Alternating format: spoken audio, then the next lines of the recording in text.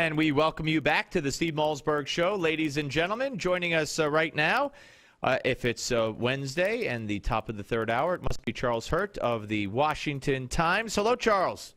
Hey, Steve, you staying warm? No, well, it's it's a double-edged question here, with a double meaning, I should say, because outside it is bitter, as it is there where you are, I would assume, and it took me 2 hours and 45 minutes to get home yesterday. It usually takes about 45 minutes. But this studio, which I like cold, is like literally a meat locker. It reminds me of when Kramer on Seinfeld was in a sauna and he said, "Whew, it's like a sauna in here." Well, this is like a meat locker today. So it's funny you asked me that. So my answer to you is no. Yeah, well, it's but I took the kids sledding yesterday because, of course, they have been out of school for ever since last Thursday, I think, because of the weather. Holiday weekend. Yeah. Oh, the holiday weekend. Yeah. And then the last 2 days have been closed for the snow. Right. And I was so amazed. Obviously, I didn't grow up in a city, but I'm so amazed. We went sledding and found a great hill. We had the whole hill to ourselves. There were no children out there. No one was sledding, and and there are millions of children around here. But something has happened to like the psyche of children, where suddenly, or maybe it's urban children, they don't go snow sledding. Yeah. And we have the entire place to ourselves. Yeah, no, that's a great thing to do. I'm not a cold fan, but my son, when he was little, and even recently, he wanted to go. I mean, and when we, in our little town, when we go, for some reason, the hill is full. But that is interesting. Maybe it was just the weather was so bad, or there was so much snow that kept people away. But I think you're right. I think it does say something about, who we've become and what we're doing, and maybe they were all home playing video games. Yeah, and I mean, and granted, it is very, very cold, and after 45 minutes, you're pretty well done with it. But still, I mean, I remember when being little, and it would be that cold, this cold or even colder, and that didn't stop anybody. Of course, you'd get a burn barrel out there. Can you imagine what the EPA would say if they found you with a burn barrel today? No, wait. What's a burn barrel?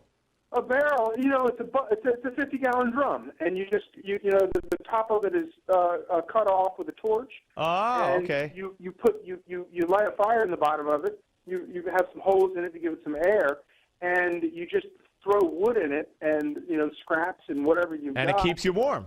It keeps 100 people standing around it. Yeah, warm. yeah. And it'll turn red hot. But you put that on top of the hill. And so then not only do you have this great sledding hill, but then that burn barrel will melt snow, and as it starts to roll down the hill, it turns to ice.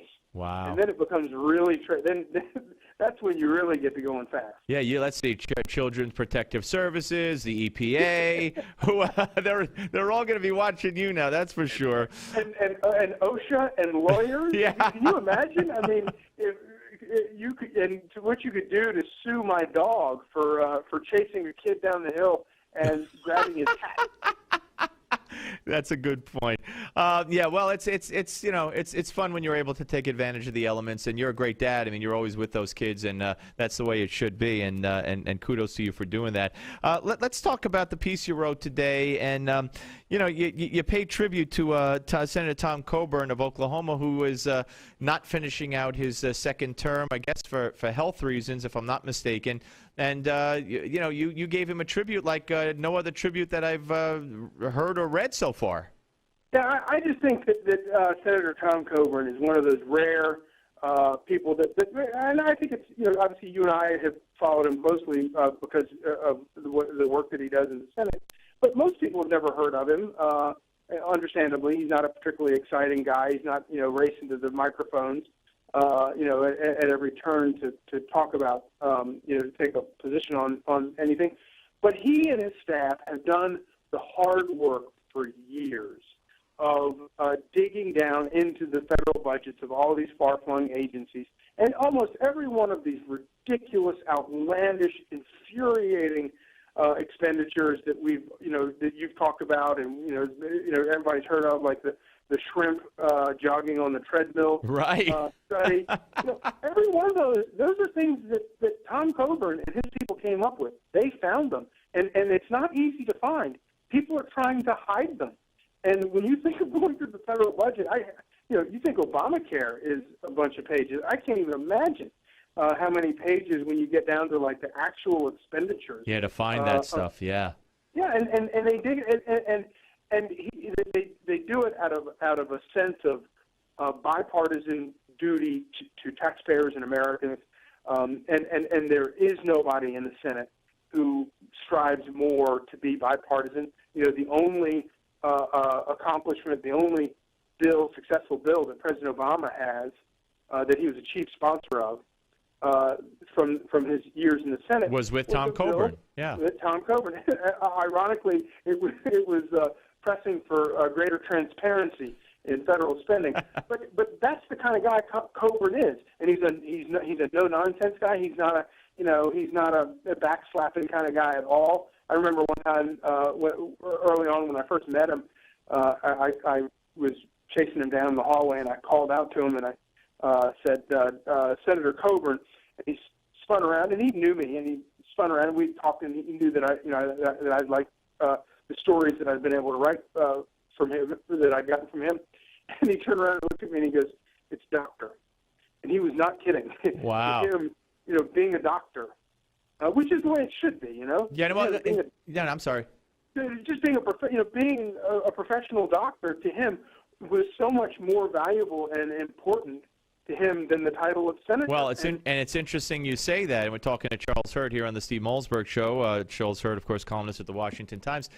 You talk about in your piece how for years the Senate investigated him, led by Harry Reid, to try to get him on some kind of ethics issue because he continued to deliver babies, I believe, as a gynecologist, and they thought that would open him up to some kind of nefarious bribery or something. Yeah, it was the appearance of a conflict of interest, and because because he's collecting money from people for doing the delivering the babies, that somehow or another he's going to fall under the undue influence of what he's doing. And this is a guy, all he cares about. I mean, he loves delivering. He loves helping usher life into this world, and it's just so crazy. And when they find the alleged ethics committee finally came up with some sort of solution that would allow him to continue to work, but he had to do it for free. He could only charge his nurses would get paid, obviously, but he would not get anything. And when the ethics committee came up with that solution, the great paragon of ethics, Harry Reid, stepped in and had threw a fit and tried to scuttle this ridiculous deal, but tried to scuttle it because it wasn't harsh enough. And it didn't absolutely, completely ban Tom Coburn from doing what he loves to do more than anything else, even more than going after corrupt and wasteful bureaucrats. What on earth is wrong with that man? So what's wrong with the place? I mean, the idea that I get it, and you get a situation like the Bob McDonnell in Virginia, the governor that just got indicted.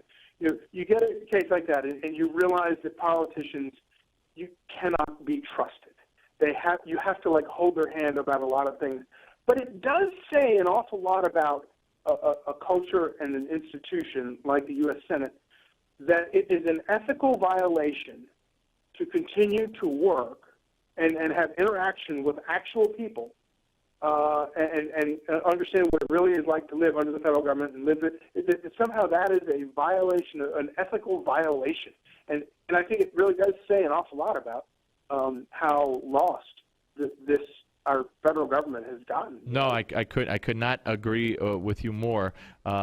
It's a perfect example of that, and that's I think why they're all so out of touch. Of course, I would hope that the standard would apply to Democrats as well. Although, when we look around the media and what's going on now with Chris Christie, that kind of scrutiny does not apply, obviously, to Obama or to Hillary, but it also doesn't apply, apparently, to Wendy Davis because she lied about her biography.